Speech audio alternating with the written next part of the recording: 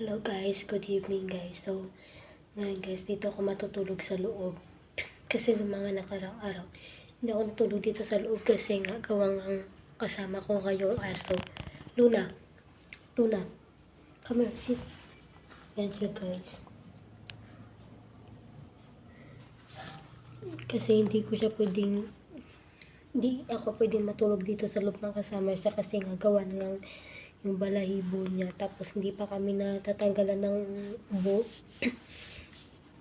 Tapos, so ngayon dito ako sa loob matutulog kasi syempre guys, kapag dito ako sa likod natulog, hindi naman natin alam yung kung ano yung mangyayari. Kaya dapat talaga nag-iingat pa rin tayo kahit alam natin na feeling natin safe naman tayo. Kailangan talaga natin mag-ingat kasi hindi natin maiiwasan yung mga mangyayari. Hindi natin maiiwasan yung mga mangyayari araw-araw. Kaya kailangan talaga mag-ingat talaga tayo. So guys, hindi ako naligo. Kasi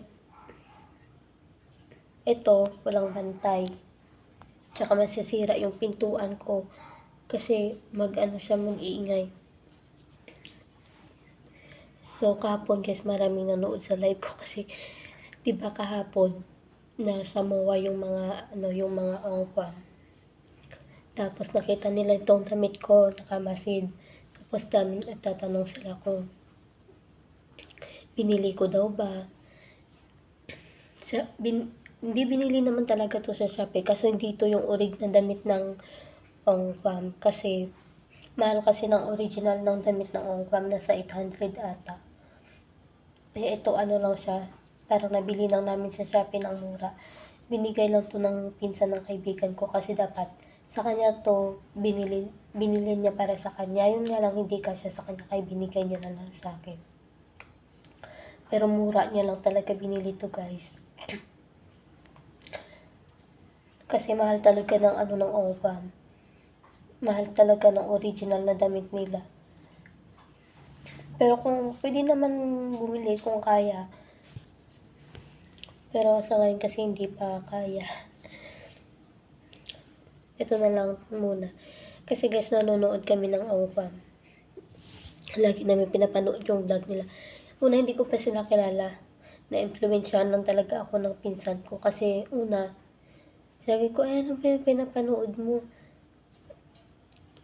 Tapos, nung padandahan na lagi niyang pinanood yun. Tapos, unti-unti ko na din nagustuhan. Ito talaga kasi guys, yung aso na to, mahirap tong iwan eh. Kung saan ako, buntot ng buntot, ayan o. Una guys, gustong gusto ko mahalin ako ng aso. Gusto ko sumasama sila lagi sa akin. Tapos nung naranasan ko na, ayaw ko nang hirap. Parang hindi ko magawa yung mga ibang gawain ko kasi sunod ng sunod, buntot ng buntot, kung saan ako pumunta, buntot ng buntot, kahit aakyat ako sa taas, aakyat ng hagdan, ganun yun siya. Sabi ko, ang hirap pala. Pero mabait naman to siya pag nandito kami sa baba, tapos kasama niya ako. Kasi ganyan, yan gusto niya, mo siya, ganyan. Ayan yung gusto niya. Ganyan-ganyanin mo siya. Gusto niya yan. Kasi yung ibang aso namin guys, meron kami aso talaga namin. Ito kasi hindi talaga sa amin to eh. Pero sa amin siya nanggaling, pero binenta na namin sa iba. Tapos binalikan dito gawa nga nagkasakit yung nag-aalaga sa kanya. Hindi pa nakalabas ng ospital, kaya dito muna siya sa amin. Ito talaga, kung hindi talaga to nabenta sa akin, ito mapupunta. Kaya nga dati inaano ko siya. Tapos biglang naano yung loob niya sa akin. Sunod siya ng sunod. Kung saan ako pumunta, sunod ng sunod. Gusto pa katabi pa ako matulog. Tapos, hirap lang dito guys kasi hindi siya sanay tumae sa labas.